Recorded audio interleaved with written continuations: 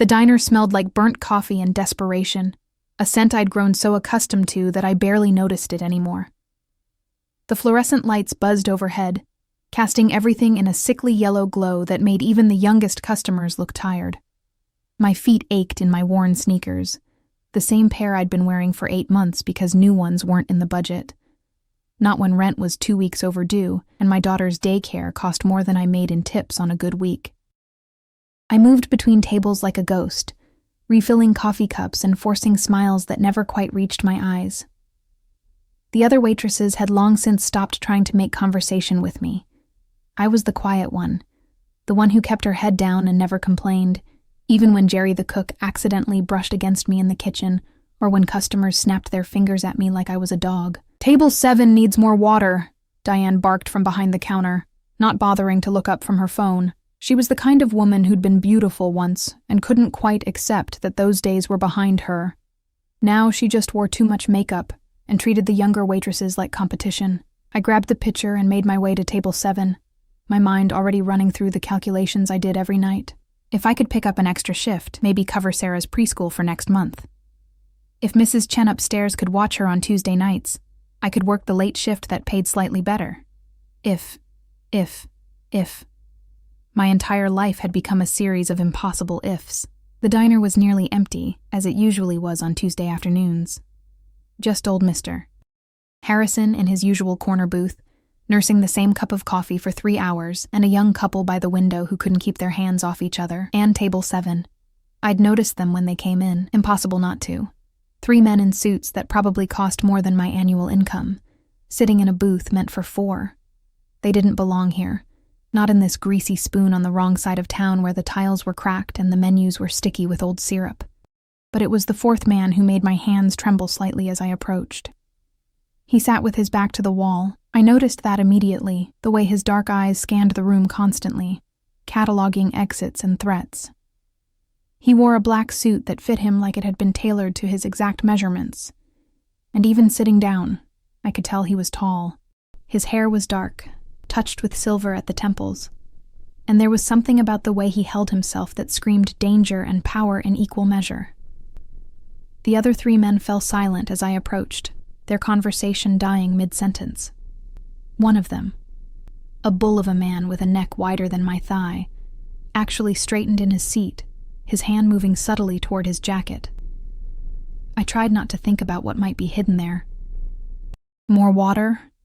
My voice came out smaller than I intended, and I hated myself for it. I'd learned long ago that showing weakness only invited more pain, more exploitation. But something about these men, about him, made my usual armor feel paper thin. The man in black, the one who was clearly in charge, looked up at me, and I felt the full weight of his attention like a physical force. His eyes were the color of smoke, gray and impenetrable, and they studied me with an intensity that made my skin prickle, not the way Jerry looked at me, with crude hunger. This was different, calculating, dangerous. "Yes, thank you," he said, his voice low and accented in a way I couldn't quite place. Eastern European, maybe. Russian? His English was perfect, but there was something underneath it, something that spoke of cold winters and harder streets than the ones I knew. I poured the water with shaking hands, trying not to spill. The bull-necked man watched me like I might pull a weapon from my apron. The other 2, one thin and weasel-like, the other young and pretty in a dangerous sort of way, seemed to be waiting for some signal from their boss. "Will there be anything else?" I asked, already backing away, wanting nothing more than to return to the safety of the counter where Diane was still scrolling through her phone. Actually, the dark-haired man's phone buzzed, and he held up one finger, gesturing for me to wait. I froze, pitcher still in hand, as he answered in rapid Russian. The language flowed from him like water, harsh and beautiful all at once, and something in my chest tightened. I shouldn't have understood it. I shouldn't have been able to follow the conversation. But I did. "Mama, I told you I'm working," he said, and there was something almost tender in his voice, so at odds with the aura of menace that surrounded him. "No, I can't come for dinner tonight. Yes, I know you made borscht. Mama, please." The words transported me back 23 years. to a tiny apartment that always smelled like black bread and cabbage, where my mother sang while she cooked and my father read the newspaper in his threadbare armchair. Before the accident, before the foster homes, before I learned that the past was something to be buried deep where no one could use it against you. The man on the phone sighed, running his hand through his hair in a gesture of exasperation that was so familiar, so human, that I almost smiled. Fine. I'll try to stop by later. But don't wait up for me. I might be occupied. He switched back to English, barking orders at the weasel-faced man about some shipment that needed to be delayed. And I stood there like an idiot, rooted to the spot, memories flooding through me with the force of a tidal wave. Miss? The bull-necked man's voice was sharp. He asked you a question. I blinked, realizing that the dark-haired man was staring at me again. Those gray eyes narrowed slightly. I'm sorry, what? I asked if the kitchen could prepare chicken soup, he repeated. And there was something new in his voice now. Curiosity? Suspicion? My mother keeps insisting I'm not eating properly. The words were out before I could stop them, tumbling from my lips in Russian before my brain could catch up to my mouth. All mothers think their sons don't eat properly. It's in the job description. The silence that fell over the table was absolute. The bull-necked man's hand moved inside his jacket. The weasel-faced man half stood from his seat. The pretty one's eyes went wide with something that might have been fear or excitement. I couldn't tell which, but it was the dark-haired man's reaction that terrified me most. He went utterly still, his entire body tensing like a predator about to strike. Those gray eyes fixed on me with an intensity that made it hard to breathe, and I watched as shock gave way to something else. Something calculating and far more dangerous. You speak Russian. It wasn't a question. His voice had gone soft, deadly soft, and I realized with growing horror that I'd made a terrible mistake. My throat closed up. The pitcher slipped from my nerveless fingers, and I watched as if in slow motion as it shattered against the tile floor, water and broken glass spreading across the worn linoleum. I'm so sorry, I gasped, dropping to my knees immediately, my hands shaking as I tried to gather the pieces. This was it. Jerry would fire me. I couldn't afford to lose this job. I couldn't afford to lose anything. Leave it. The command was quiet but absolute. I looked up to find the dark-haired man standing over me, having moved with a speed and silence that should have been impossible for someone his size. He extended a hand, and I stared at it like it might be a trap. Which it probably was. His hands were large, I noticed, with long fingers and scars across the knuckles. Hands that had built things. Broken things. The watch on his wrist probably cost more than everything I owned combined. I said, "Leave it," he repeated, his accent thicker now. And there was something in his voice that made obedience instinctive. I took his hand, warm, calloused, strong, and let him pull me to my feet. He didn't let go immediately, and I found myself standing far too close to him. Close enough to smell his cologne, something expensive and dark, with notes of leather and smoke. "Where did you learn to speak Russian?" he asked, still holding my hand, his thumb pressing against my pulse point in a way that was probably not accidental. He would feel how fast my heart was racing. He would know I was terrified. My parents... I couldn't think straight with him this close, with those eyes boring into mine like he could see every secret I'd ever kept. They were immigrants from Moscow. They died when I was young. It was the truth, or part of it. The sanitized version I gave to the rare person who asked. I didn't mention the car accident that killed them both when I was 7. Didn't mention the 15 foster homes, the high school I barely graduated from, the string of bad decisions that had led me here, to this moment, with my hand in the grip of a man who was clearly dangerous in ways I couldn't begin to understand. Moscow, he repeated, and something flickered across his face. What was your family name? Why? The word came out sharper than I intended, and I saw the bull-necked man tense again, but I was tired of being pushed around, tired of being afraid. Even if this man could probably destroy me with a phone call. Why does it matter? A smile ghosted across his lips. Not a kind smile, but not entirely cruel either. Because, little waitress, you just spoke to me in a dialect that hasn't been common in Moscow for 30 years. The same dialect my mother speaks, the same dialect used in a very specific neighborhood that no longer exists. My blood ran cold. I tried to pull my hand back, but his grip tightened. Not painful, but inescapable. "I'm nobody," I whispered. And it was the truest thing I'd said all day, just a waitress. "I don't know anything about dialects or neighborhoods. I'm nobody." "No," he said softly, his free hand coming up to tilt my chin, forcing me to meet his eyes. His touch was gentle, but I could feel the steel underneath it. The promise of violence held carefully in check. "I don't think that's true. I think you're somebody very interesting." "Victor." The weasel-faced man's voice was urgent. "We need to go. Mikhail just texted. There's been a situation at the port." The dark-haired man, Victor, didn't look away from me. "Handle it." "But..." I said handle it. The temperature in the room seemed to drop 10 degrees. "I have more pressing matters to attend to here." He released my chin but not my hand, and I watched in growing horror as he reached into his jacket. The bull-necked man moved closer, protective, and I realized that whatever Victor was reaching for, his men thought he might need defending. From me, a broke waitress who weighed 115 pounds soaking wet. But what he pulled out wasn't a weapon. It was a business card, expensive and understated, with just a phone number embossed in silver. "You're going to call me," he said, pressing the card into my palm. "Tonight." I can't, you will." His thumb traced across my knuckles, a gesture that might have been comforting from anyone else, but from him felt like a brand, a mark of ownership, because if you don't, I'll come back. And next time, I won't be so patient. It wasn't exactly a threat, but it wasn't not a threat either. "I need to clean up this glass," I said desperately, looking down at the shattered pitcher. Your boss will do nothing." Victor finally released my hand, and I felt the loss of his heat like a physical blow. He pulled out a wallet, leather, probably Italian, and dropped several $100 bills on the table. Far more than their meal would have cost. Far more than was reasonable for the glass, and for your time. Then he did something that surprised me. He said, in perfect Russian, soft enough that only I could hear, "Go home and lock your doors, little dove. The world is more dangerous than you remember." They left in a formation that spoke of military training, or worse, Victor in the center, the other three forming a protective triangle around him. I watched through the window as they climbed into a black SUV with tinted windows.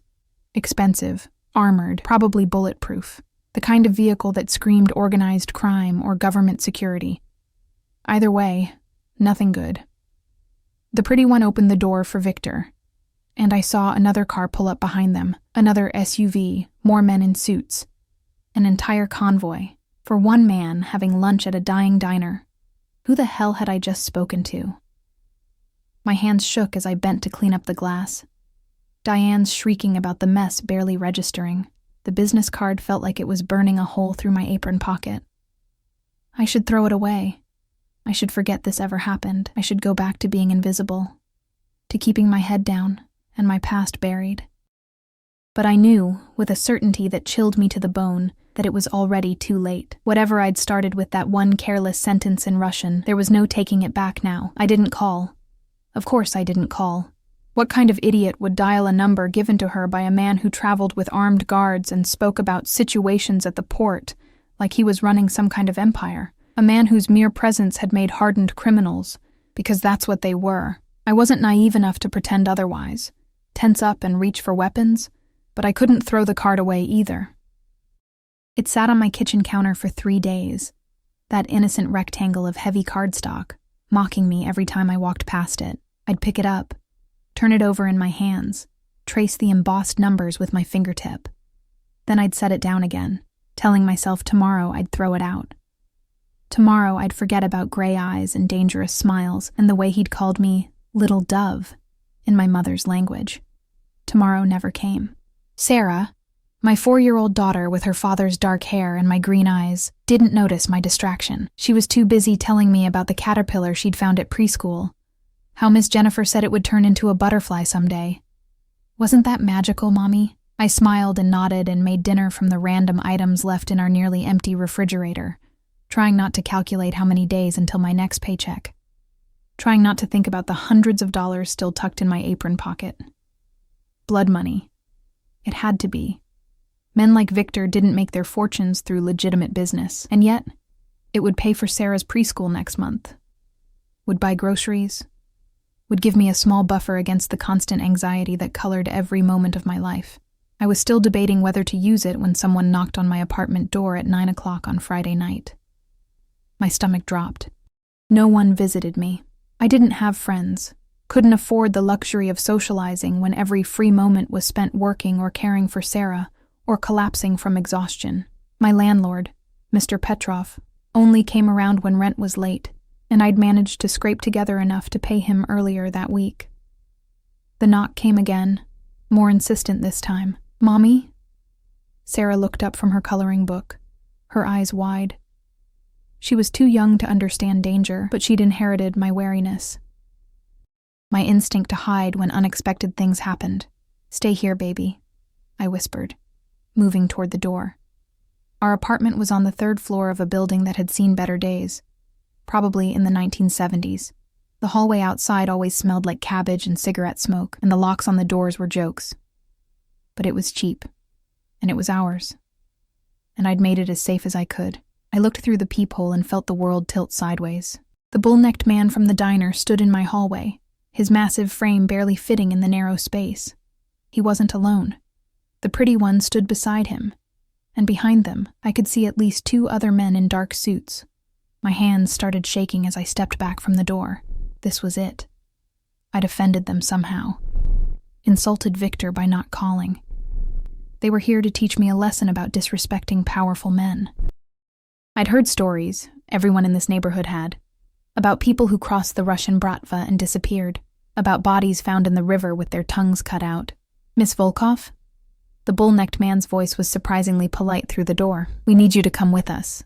Mr. Konstantin wants to see you." Volkov. They knew my real name. I hadn't used it at the diner. My name tag just said Emma, and I'd been using my ex-boyfriend's last name, Morrison, on all my documents for years. Easier that way. Less connection to a past I wanted to forget. But they'd found me anyway. Of course they had. Men like Victor, like Mr. Konstantin apparently, had resources I couldn't imagine. If they wanted to find someone, they found them. "I'm not going anywhere," I called back, proud that my voice didn't shake. "Much. If Mr. Konstantin wants to talk to me, he can call." A pause. Then, "He sent us to collect you because you didn't call him. This isn't a request. I have a daughter." The words burst out before I could stop them. "She's 4 years old. Please. If this is about... If I did something wrong, I'm sorry. But please don't do this in front of her." Another pause. Longer this time. I heard muttering. Someone speaking urgently into a phone. Then the bull-necked man again. "Bring her." "What?" "Bring the girl." "Boss says you can bring her. We have a car seat." They had a car seat. These men, who probably broke kneecaps for a living, had prepared a car seat for my daughter. The absurdity of it would have made me laugh if I wasn't so terrified. "And if I refuse?" "Then we wait here until you change your mind." He sounded almost apologetic. But Boss was very clear. "He wants to see you tonight. The longer we wait, the more impatient he gets. Trust me, you don't want him impatient." I looked back at Sarah, who'd abandoned her coloring to watch me with those 2 old eyes. She'd learned early that life was uncertain, that we had to be ready to move at a moment's notice. It was a lesson no child should have to learn. But what choice did I have? They knew where I lived. They knew my real name. If I refused, would they go away? Or would they simply break down the door? And what would happen to Sarah then? At least if I went with them, I could try to control the situation. Try to explain. Try to convince Victor, Mr. Konstantin, that I was nobody worth his attention. "Give me 5 minutes," I said finally. "I need to get her ready." I dressed Sarah in her warmest clothes, my hands shaking as I pulled her favorite sweater over her head. I packed a small bag with her stuffed rabbit, some snacks, her sippy cup. Things that might comfort her when, things went wrong. I changed out of my ratty sweatpants into jeans and a clean shirt, running a brush through my hair, because some part of me couldn't bear to face Victor looking like the mess I felt inside. The card was still on the counter. I grabbed it, shoving it in my pocket like evidence, proof that he'd asked me to call, that this wasn't entirely my fault. When I opened the door, the bull-necked man stepped back immediately, giving me space. The pretty one smiled at Sarah, who buried her face in my shoulder. "It's okay," I murmured to her in Russian, the language slipping out naturally. "Everything's going to be okay." The pretty one's eyes widened slightly, and I realized he probably understood. Of course he did. Victor's men would speak Russian, would come from the same world Victor did, the same world my parents had come from, before they'd tried to leave it behind, before it had killed them anyway. The SUV waiting at the curb was identical to the one I'd seen Victor leave in. Black, expensive, windows tinted so dark they were nearly opaque. The bull-necked man opened the rear door, and I saw he hadn't been lying about the car seat. A top-of-the-line model was installed in the middle seat, the kind that cost more than my monthly rent. I buckled Sarah in with trembling fingers, her little hand clutching her rabbit. "Mommy, where are we going?" "To see someone," I said, keeping my voice light. "It won't take long." I hoped I wasn't lying. The pretty one climbed in on Sarah's other side while I took the seat next to her. The bull-necked man got in front with the driver, a thin man with a scar running down his cheek who didn't bother introducing himself.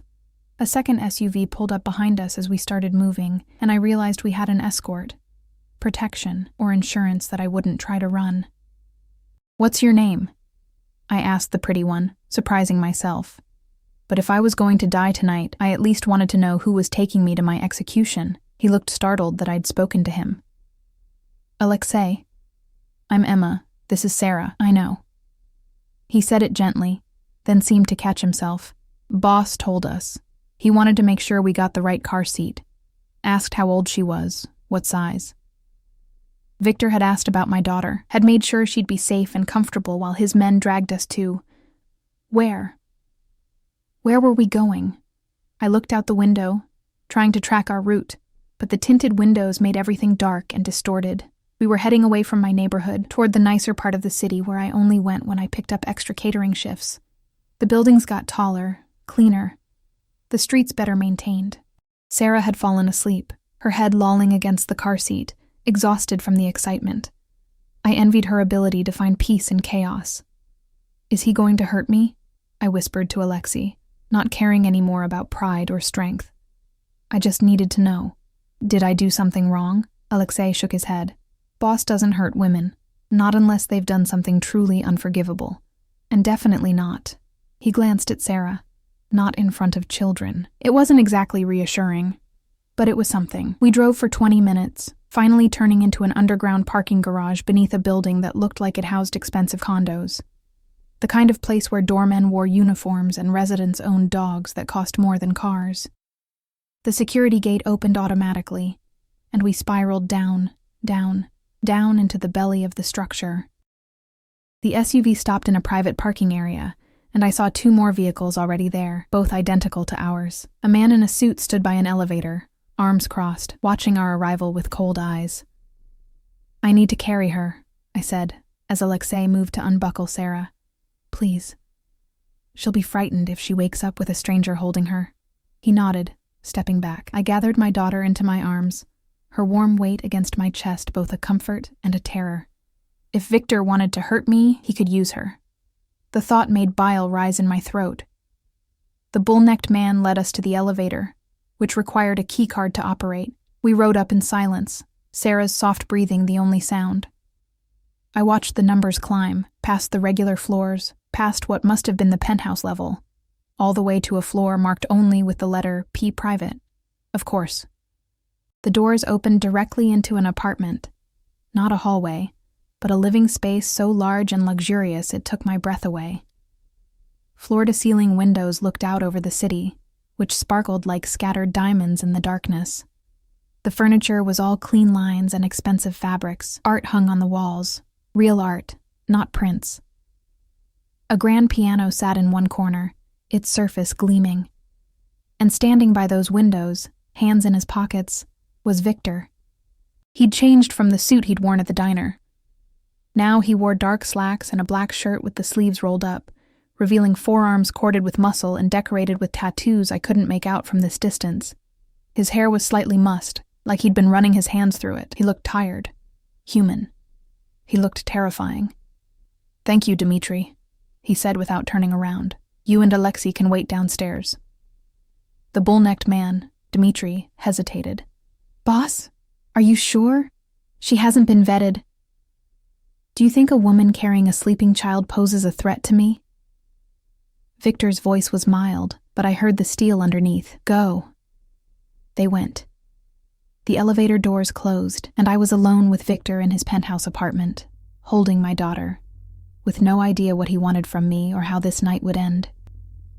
He turned finally, those gray eyes finding mine across the expanse of expensive flooring. For a long moment, we just stared at each other. Then his gaze dropped to Sarah, and something in his expression softened. "You brought her. Your men said I could." I lifted my chin, trying to find courage I didn't feel. "They said you wanted to see me tonight. So here I am. What do you want?" "The same thing I've wanted since you spoke Russian to me at that pathetic excuse for a diner." He started walking toward me, each step measured and predatory. "Answers. I don't have any answers. I told you. My parents were from Moscow. They died. I learned Russian from them. That's all there is to know." "No." He stopped a few feet away, close enough that I had to tilt my head back to meet his eyes. "That's not all.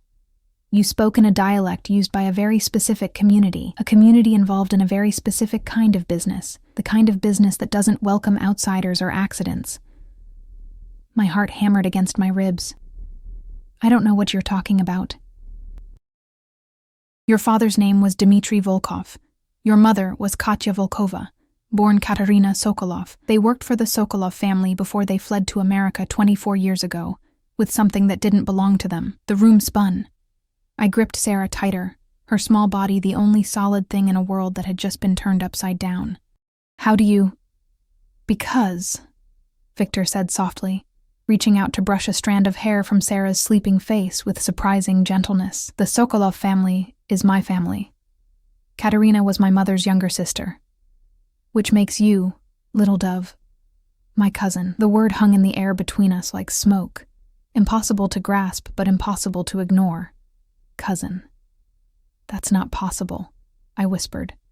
But even as I said it, memories were flooding back. My mother's face, younger than I was now, laughing as she spun me around in our tiny kitchen, the way she'd always tense when certain songs came on the Russian radio station.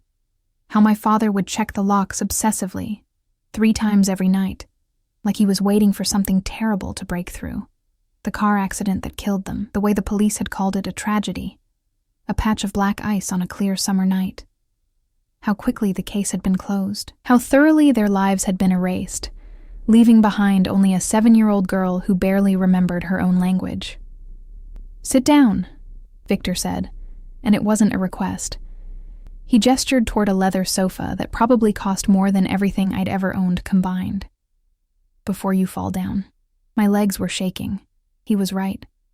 I moved to the sofa on autopilot, adjusting Sarah so she was curled against my chest. She murmured something in her sleep, her small hand fisting in my shirt. Victor disappeared through a doorway and returned with a blanket, cashmere, soft as a cloud, which he draped over Sarah with a care that seemed at odds with everything else about him. Then he sat in the chair across from me, elbows on his knees, those gray eyes never leaving my face. "My mother has spent 24 years believing her sister was dead," he said quietly.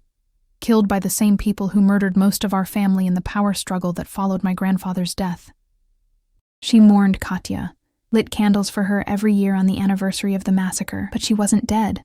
The words felt like they were being dragged from somewhere deep inside me. She was here. With my father. With me. Yes." Victor's jaw tightened. "Because your father, Dmitri Volkov, was supposed to be protecting my family. He was head of security for the Sokolov operation. My grandfather trusted him with everything. And when the Chechen syndicate made their move, when they came for us in the night, Dmitri took Katya and ran. Left my grandfather to die, left my uncle bleeding out in the street. left my mother, who was 8 months pregnant with me, to defend herself. The bitterness in his voice was like acid. I held Sarah tighter, my mind racing. My father, who'd taught me to ride a bike and read me stories before bed, had been a coward, a betrayer. Had left people to die so he could save himself and the woman he loved. Maybe he was trying to save her, I said weakly. Maybe he was a coward who valued his own life over his duty.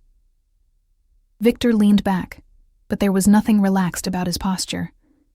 He was coiled tension, violence waiting to be unleashed.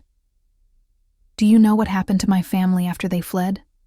My mother gave birth to me in a safe house, alone, except for one loyal soldier. My uncle survived his wounds but lost the use of his legs. My grandmother went mad from grief and threw herself from a window. It took us 10 years to rebuild. 10 years of blood and war and death to reclaim what your father's cowardice cost us. I'm sorry. The words were inadequate, but they were all I had. I didn't know. I was a child. I didn't know any of this. I know. Something in his voice softened fractionally. Which is why you're still alive. Why I sent men to bring you here instead of... He didn't finish the sentence. Didn't need to. The implication hung between us, heavy and terrible. What do you want from me? I asked again, forcing myself to meet his eyes. You know who I am now. You know my parents are dead, really dead this time. What's left? Victor stood, moving to the windows that overlooked his glittering kingdom. My mother is dying, he said finally, his voice so low I almost didn't hear it. Lung cancer. The doctors give her 6 months, maybe less. She spent her entire life believing her baby sister was murdered, believing she'd never see Katya again, and now I find that Katya had a daughter. A piece of her that survived. Understanding crashed over me like a wave. You want me to meet her. I want you to give her peace before she dies. He turned to face me, and in the city lights reflecting off the windows, his face was all sharp angles and shadows. I want you to let her see that some part of her sister lived, that Katya found happiness, had a family, even if it was built on betrayal and lies. And if I refuse, his smile was cold. You won't. You can't force me to, can I? He moved toward me again, and I pressed back into the sofa, acutely aware of Sarah sleeping against me. You're barely surviving, Emma. Working at that diner for poverty wages, living in an apartment with locks that wouldn't stop a determined child, raising a daughter alone with no safety net. One bad week, and you're homeless. One illness, and you're drowning in medical debt. You're one disaster away from losing everything. Each word was a knife, cutting away the illusions I'd wrapped around myself. The pretense that I was doing fine, that we were safe, that I could protect Sarah through sheer force of will. I can offer you security, Victor continued, his voice dropping to something almost hypnotic. A real apartment in a safe building, a job that pays actual money, healthcare, protection, everything you need to give your daughter the life she deserves. In exchange for what? Playing dress-up for your dying mother? Pretending to be something I'm not? You're not pretending. He crouched in front of me, bringing himself to eye level, and I could smell that cologne again. Leather and smoke and danger. You are Katya's daughter. You carry her blood. Speak her language. Have her face. My mother showed me pictures once, before she packed them away. You look exactly like Katya did at your age. His hand came up slowly, giving me time to flinch away, but I didn't. I let him cup my cheek, his palm warm against my skin, his thumb brushing across my cheekbone in a gesture that was probably meant to be comforting, but felt like a claim. One dinner, he said softly. Come to Sunday dinner. Meet my mother. Let her see that part of Katya survived. Give her that peace. Is that so much to ask? And if she hates me? If seeing me just reminds her of everything she lost? Then we'll deal with it. His thumb continued its slow stroke across my skin, and I hated how my body responded to that simple touch, how something deep inside me that had been cold for so long began to warm. But I don't think she will. I think she'll love you. How could she not? The question hung in the air, and I didn't know how to answer it. How did you explain to someone like Victor? Someone who commanded respect and fear with equal ease. that people found it very easy not to love me, that I'd spent my entire life being invisible, disposable. The girl no one wanted to keep. Sarah stirred against me, mumbling in her sleep. Her hair had come loose from its ponytail, dark curls spilling across the cashmere blanket. She looked so small, so vulnerable, so dependent on me to make the right choices. And what were my choices, really? Continue scraping by, one crisis away from catastrophe, or accept help from a man who was clearly dangerous, clearly involved in things I didn't want to know about, but who was offering us a lifeline? What about her? I nodded toward Sarah. Your mother. She'll want to know about Sarah's father, about why I'm alone. Victor's expression darkened. Where is the father? Gone. The word came out bitter. He left when I told him I was pregnant. Said he wasn't ready for kids, for responsibility. I haven't seen him in 4 years. His name. Why? Because no man abandons his child and gets away with it. The menace in Victor's voice was unmistakable. Not while I'm breathing. It doesn't matter, I said quickly, alarmed by the violence I saw gathering in his eyes. He's nobody. He wanted nothing to do with us, and I wanted nothing from him. It's been just Sarah and me for 4 years, and we're fine. You're not fine. You're drowning. Victor stood abruptly, pacing toward the windows and back like a caged animal. But you don't have to drown anymore. Accept my offer, Emma. Come to dinner Sunday. Meet my mother. Let me help you. And after dinner? What then? Do I go back to my life and pretend this never happened? He was quiet for a long moment, staring at me with an intensity that made my skin prickle. We'll discuss that after you meet my mother. One step at a time. When it was a non-answer, which meant the answer was probably something I wouldn't like. But what choice did I have? He'd already proven he could find me anywhere. Already shown that he had the power to disrupt my life whenever he wanted. At least this way, I had some illusion of control. One dinner, I said finally. I'll come to one dinner, but I have conditions. His eyebrow arched. You're in no position to make demands. Maybe not, but I'm making them anyway. I adjusted Sarah carefully, making sure she was still asleep. You don't tell your mother about my father. Let her believe whatever story she needs to believe about how Katya died. I won't let you destroy her peace just to get revenge on a dead man. Victor considered this, his expression unreadable, agreed. What else? Sarah comes with me, everywhere. I don't leave her with strangers, of course. And after dinner, if your mother doesn't want to see me again, you leave us alone. No more surprise visits, no more men showing up at my apartment. We go back to our lives. No. The word was flat, final. That's not negotiable. Why not? Because your family. He said it like it explained everything, like it justified anything he might choose to do. And I protect what's mine. Whether you like it or not, Emma, you're under my protection now. That doesn't end after one dinner. I'm not yours, I said. But even to my own ears it sounded weak. Aren't you? He moved closer again, and I felt trapped between the sofa and his overwhelming presence. You're wearing my family's blood, speaking my family's language, living in my city under my watch. What part of you isn't mine? The possessiveness in his voice should have terrified me, should have sent me running, but instead, some traitorous part of me felt safe, protected. Like maybe, for the first time since my parents died, someone was offering to catch me if I fell. It was a dangerous feeling, maybe the most dangerous one of all. I need to take her home, I said, looking down at Sarah. She has preschool in the morning. Dmitri will drive you. Victor pulled out his phone, typing something quickly. And tomorrow, someone will come to your apartment to measure for new locks. Real ones. The kind that will actually keep people out. I can't afford. You're not paying. He cut me off with a look. Consider it a gift. From family. That word again. Family. I'd been alone for so long. I'd forgotten what it meant to belong to something larger than myself, but Victor's version of family came with strings attached, strings that looked a lot like chains. The elevator arrived, and Dmitri stepped out, his expression neutral. Ready, boss? Take them home, Victor instructed. Personally. Make sure the building is secure. Post someone outside until the new locks are installed tomorrow. You can't station a guard outside my apartment, I protested. Your neighbors will mind their own business if they know what's good for them. Victor's tone left no room for argument.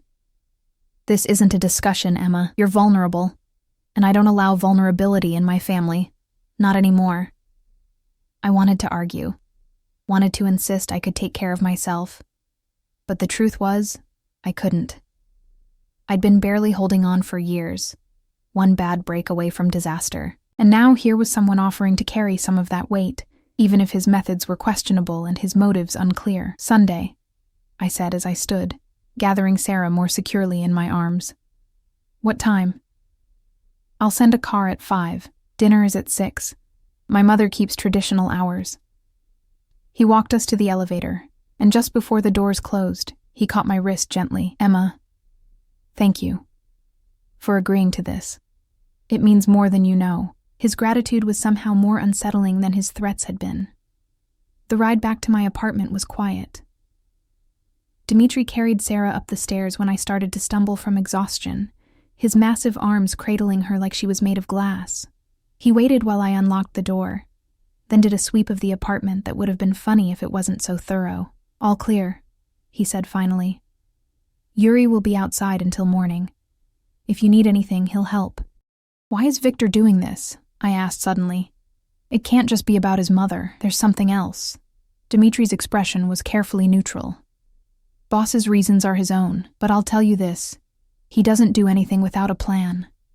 And once Victor Constantine decides something belongs to him, nothing in heaven or hell can change his mind. I don't belong to him. Tell him that, not me. Dimitri almost smiled. Good night, Miss Volkov. Lock the door behind me. I did. All 3 locks, for what little good they'd do. Then I carried Sarah to her small bedroom and tucked her into bed, watching her sleep peacefully, unaware that our lives had just changed forever. The business card was still in my pocket. I pulled it out, staring at those embossed numbers in the dim light from the hallway. I'd thought not calling would keep me safe, keep us invisible, but Victor had found me anyway, and now I was caught in something I didn't understand. Pulled into a world I'd spent my whole life trying to escape. My phone buzzed. A text from an unknown number. Sleep well, little dove. Sunday will change everything. I should have been afraid. Should have been planning how to run. How to disappear again. Instead, I saved the number and climbed into bed. And for the first time in years, I slept through the night without nightmares. The next 3 days passed in a blur of changes I couldn't quite process. True to Victor's word, men arrived Saturday morning to install new locks, industrial grade, the kind you'd see on a bank vault. They worked efficiently and silently, nodding respectfully when I offered them coffee but never quite meeting my eyes. When they finished, one of them handed me 3 sets of keys and a card with a phone number. Any problems, you call this number, he said in accented English. Someone will come immediately. I didn't ask who would come or what constituted a problem in Victor's world. The guard outside my door changed shifts every 8 hours like clockwork. Yuri in the evenings, someone named Pavel overnight, and a younger man called Anton during the day. My neighbors stopped making eye contact with me in the hallway. Mrs. Chen, who usually watched Sarah on my late shifts, suddenly remembered she was too busy to babysit. Word had spread fast. Emma Morrison, the invisible waitress nobody noticed, was connected to someone dangerous, someone powerful, someone people crossed the street to avoid. I should have hated it, should have resented the way Victor had inserted himself into my life without permission, marking me as his territory for all the world to see. But when I walked to the corner store Saturday night and the group of men who usually catcalled every woman who passed fell silent and looked away, I felt something I hadn't felt in years. Safe. It terrified me how quickly I could get used to it. Sunday arrived too fast. I spent the morning trying to find something appropriate to wear, finally settling on the only dress I owned, a simple navy blue sheath I'd bought at a thrift store for job interviews. It was plain, modest, probably years out of style, but it was clean and it fit. Sarah had a pink dress her preschool teacher had given her, slightly too big, but pretty enough that she twirled in front of the mirror, delighted with herself. "Where are we going, Mommy?" she asked for the 100th time as I brushed her hair into 2 neat braids. "To meet some people," I said, keeping my voice light even though anxiety was eating me alive. "A nice lady who's sick, and her son who wants to help us." "Why does he want to help us?" "Because we're family. Because my father betrayed his family, and he's decided I need to pay that debt somehow. Because he's dangerous and controlling, and I don't know how to say no to him. Because he's kind," I said instead, the lie tasting bitter on my tongue. The black SUV arrived at exactly 5 o'clock. Not Dmitri this time, but Alexei, who smiled at Sarah and complimented her dress in Russian. She giggled, hiding behind my legs, and something in my chest tightened at how easily she responded to kindness. How starved we both were for someone to be gentle with us. The drive took us out of the city proper, into neighborhoods where houses had gates and lawns, and probably cost more than I'd earn in 10 lifetimes. We turned onto a tree-lined street where the homes sat far back from the road, hidden behind stone walls and elaborate landscaping. The SUV stopped in front of wrought iron gates that opened automatically. Beyond them, a circular driveway led to a house that looked like something from a European postcard. Stone and timber, with tall windows and a slate roof. Elegant without being ostentatious. Beautiful in a way that spoke of old money and careful taste. "This is where Victor lives?" I asked, my stomach sinking.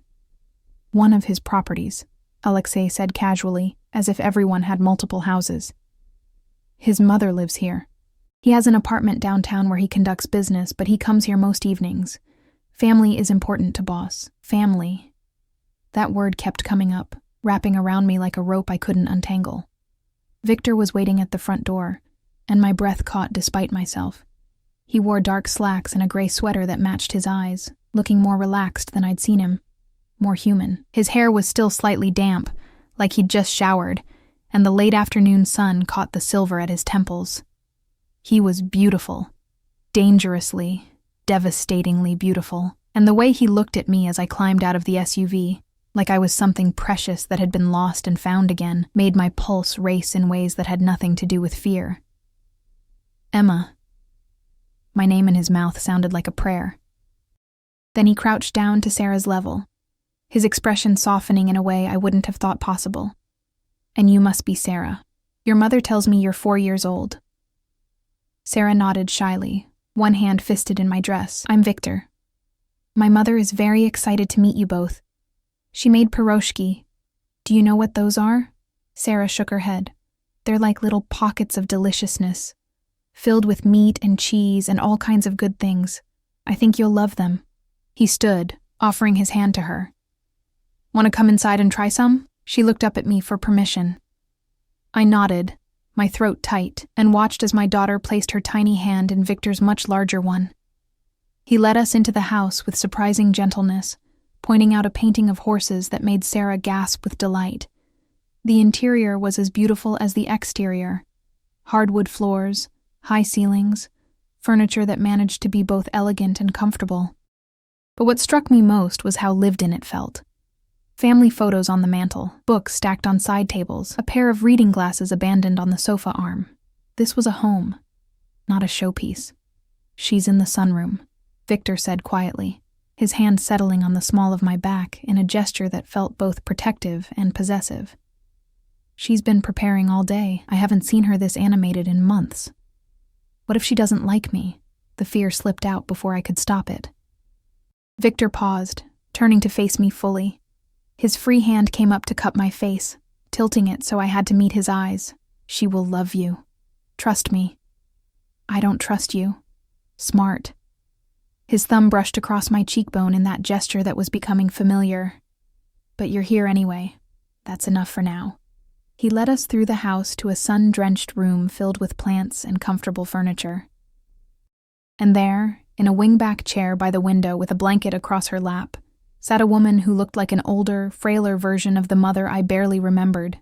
She had the same bone structure my mother had. High cheekbones, elegant nose, wide eyes that might once have been bright but were now faded with age and illness. Her hair was white, pulled back in a neat bun, and her hands, thin and marked with age spots, trembled slightly as they rested on the blanket. But when she saw me, those faded eyes went wide. One hand flew to her mouth, and she made a sound that was half sob, half laugh. "Bоже moi," she whispered. "My God. Katya, my Katya." "Mama, no." Victor moved to her side quickly, kneeling beside her chair. "This is Emma, Katya's daughter. Remember, I told you." But she wasn't listening. She was staring at me like I was a ghost, tears streaming down her weathered cheeks, her hands reaching out. "Katya, you came back. I knew you would. I knew they were lying when they said you were dead. I knew—" "Mrs. Constantine," I started. But Victor shook his head slightly. "Mama." His voice was gentle but firm. "This is Emma, your niece, Katya's daughter. Look, she brought her own daughter to meet you. Your great niece." Something in his words seemed to penetrate. The old woman blinked, focusing on Sarah, who was half hidden behind my legs. A new wave of tears spilled down her cheeks, but she smiled. A beautiful, heartbreaking smile. "A baby," she whispered. "Katya had a baby. Yes." Victor helped his mother to her feet, supporting her weight as she shuffled toward us. "Emma, this is my mother, Irina Konstantinova. Mama, this is Emma Volkov and her daughter Sarah." Irina reached out with shaking hands, cupping my face the way Victor had done, her touch feather-light. She studied me for a long moment, her eyes searching mine for something I didn't understand. Then she switched to Russian, her voice thick with emotion. "You have her eyes, Katya's eyes, the same green as summer grass." Her thumb brushed away a tear I hadn't realized I'd shed. I thought I would die without seeing any part of her again. But here you are. Here you are. "I'm sorry," I whispered in Russian, the language flowing more naturally than it had in years. "I'm sorry for everything, for what my father did, for the years you lost. I'm so sorry." "Shh." She pulled me into a hug that smelled like lavender and old books, her frail body trembling against mine. "The sins of the father are not the sins of the daughter. You are blameless, child. You are here. And that is miracle enough." We stood like that for a long moment, this dying woman and I, connected by blood and tragedy and the ghosts of people we'd both loved and lost. When she finally pulled back, she turned her attention to Sarah, who was watching with wide, uncertain eyes. "And who is this beautiful girl?" Irina asked in careful English, her accent thick but understandable. "I'm Sarah," my daughter said softly. "Sarah." Irina repeated it like she was tasting the name. "A strong name. A good name. Would you like to help an old woman into the dining room? I made special cookies for dinner." Sarah looked at me again, and I nodded. She took Irina's outstretched hand with the fearlessness of children, and together they walked slowly toward another room, Irina pointing out various photos and trinkets along the way. Victor and I followed at a distance, and I felt his hand settle on my back again, warm through the thin fabric of my dress. "She thinks I'm my mother," I said quietly. "She knows you're not, but you look so much like Katya that for a moment, her heart forgot. The cancer has spread to her brain. She has moments of confusion." His voice was rough with emotion he was trying to hide. "Seeing you brought her more joy than I've seen in months. Thank you for that. I didn't do anything. You came. You let her see that part of Katya survived. You gave her hope." His fingers spread against my spine, and I felt the heat of his palm through my dress. "That's everything." Dinner was surreal. The table was set with fine china and crystal, the kind of things I'd only seen in magazines. Irina had clearly spent hours preparing. Platters of piroshki, bowls of borscht, a roasted chicken with vegetables, fresh bread, and an array of desserts that made Sarah's eyes go wide with wonder. We ate and talked, Irina asking me gentle questions about my life, my work, Sarah's preschool. Victor watched us with an intensity that should have been uncomfortable, but instead felt protective, possessive, like he was memorizing every moment, storing it away for later. Sarah charmed everyone, her innocent chatter about caterpillars and butterflies making even Victor smile, a real smile, not the dangerous ones I'd seen before.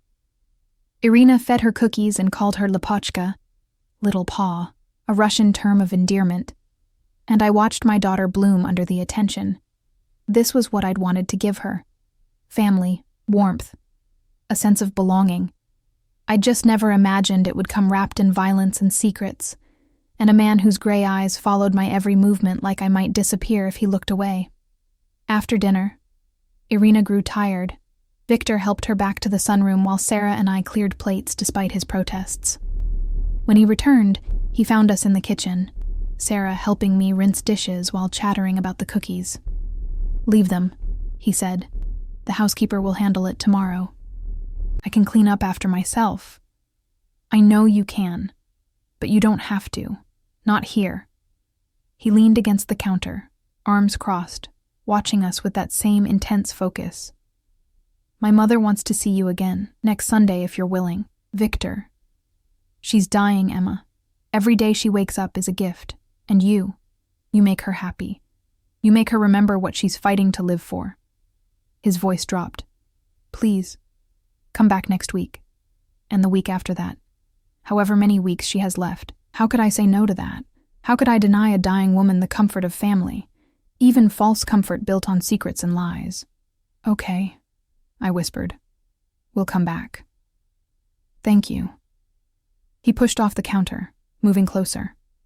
Too close. I could smell his cologne again, feel the heat radiating from his body. "You're a good person, Emma Volkov. Better than you know. I'm just trying to survive. No." His hand came up, fingers tangling gently in my hair. "You're trying to live. There's a difference, and I'm going to make sure you can." The weeks that followed developed a rhythm I hadn't expected, one that felt dangerously close to normal. Every Sunday, Victor's car would arrive at 5 o'clock. Every Sunday, we'd drive to that beautiful house where Irina waited with food and stories and a love that felt both foreign and achingly familiar. Sarah adored her, climbing into her lap to listen to fairy tales told in broken English mixed with Russian. And Irina, she glowed in my daughter's presence, the pain lines around her eyes softening whenever Sarah laughed. But it wasn't just Sundays anymore. Victor started appearing at the diner on my lunch breaks, sitting at table 7 with whatever men he'd brought that day, ordering food he barely touched while his eyes tracked my every movement. At first, I'd tried to ignore him, to pretend his presence didn't make my skin prickle with awareness. But ignoring Victor Constantine was like ignoring a storm, impossible and foolish. "Your boyfriend tips really well," Diane said one afternoon, counting the $100 bills Victor had left. Again. "You should keep him around. He's not my boyfriend." "Sure, honey." "And I'm the Queen of England," she smirked. "The way that man looks at you, like you're the only person in the room, that's not casual." She was right, and that terrified me. Because the way Victor looked at me had changed over those weeks. The calculating coldness had given way to something warmer, more dangerous. Something that made my breath catch when his fingers brushed mine as he handed me his coffee cup. Something that made my heart race when he smiled, really smiled, at something Sarah said. I was falling. I knew it. And I didn't know how to stop. It was the 6th Sunday dinner when everything shifted. Irina had been particularly tired that day, the cancer stealing more of her strength with each passing week. She'd fallen asleep in her chair after dinner, Sarah curled against her side, both of them peaceful in the fading light. Victor and I stood by the window, watching them, and the silence between us felt heavy with unspoken things. "She's getting worse," I said quietly. "Yes." His voice was rough. "The doctors say maybe another month, maybe less. I'm sorry." "Don't be. You've given her more happiness in these past weeks than I could have hoped for. You and Sarah. You've been a gift." He turned to face me fully, and something in his expression made my pulse quicken. "Emma, I need to tell you something." "What?" "When this started, when I found you at that diner, I had plans. Calculated plans. I was going to use you to give my mother peace. Yes, but also..." He paused, seeming to struggle with words. "I was going to make you pay for your father's betrayal. Not physically, not with violence, but I was going to bind you to this family in ways that would ensure you could never leave, never be free of the debt your father owed." My stomach dropped. What kind of ways? It doesn't matter now, because somewhere between that first dinner and now, the plans changed. You changed them. His hand came up, cupping my face in that gesture I'd come to know too well. I don't want to trap you anymore, Emma. I want to keep you. There's a difference. Victor, let me finish. His thumb traced my cheekbone, his touch achingly gentle. I know what I am. I know the world I live in isn't safe or clean or good. I've done things that would horrify you. I will continue to do things that would horrify you. Because that's the life I chose, the empire I built from my family's ashes. But with you, with Sarah, I want to be something better, someone worthy of the way you look at me when you think I'm not watching. How do I look at you? The question came out barely above a whisper. Like maybe I'm not a monster, like maybe there's something in me worth saving. He leaned closer, his forehead almost touching mine. I'm not asking you to love me. I'm not asking you to accept everything I do. But I'm asking you to stay, to let me protect you, provide for you, give you and Sarah the life you deserve. To be family, in truth this time, not just in blood.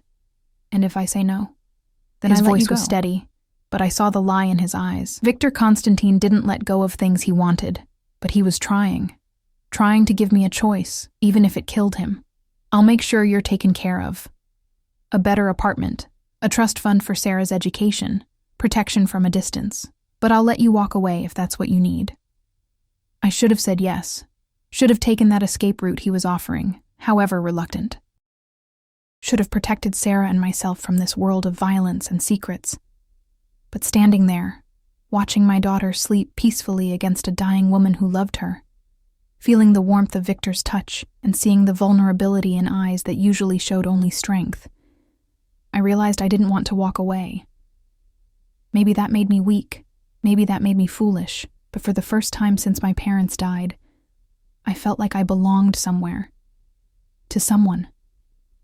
Like I was more than just a ghost moving through the world, invisible and alone. I want things too, I said finally. If I stay, if we do this, I need promises. Name them. Sarah comes first, always. Before your business, before your mother, before me. Her safety, her happiness, that's non-negotiable. Agreed. What else? You don't lie to me. I know I can't know everything about your business, and I'm not asking for that. But about us, about your intentions, about anything that affects Sarah. You don't lie. I won't. His hand slid from my face to my neck, his thumb pressing against my racing pulse. I promise you that. And you teach me. The words came out in a rush, about this world, about how to protect myself and Sarah if something happens to you. I won't be helpless. I won't be the weak link that gets exploited. Something flashed in his eyes, approval, maybe, or desire. I'll teach you everything. How to shoot, how to fight, how to think like someone who survived in this world. You'll never be helpless again. Okay. I took a shaky breath. Then yes, we'll stay. The kiss that followed was inevitable. His lips claimed mine with a hunger that had been building for weeks, his hand tightening on my neck as he pulled me closer. I gasped against his mouth, and he took advantage, deepening the kiss until I was dizzy with it. Until all I could feel was Victor.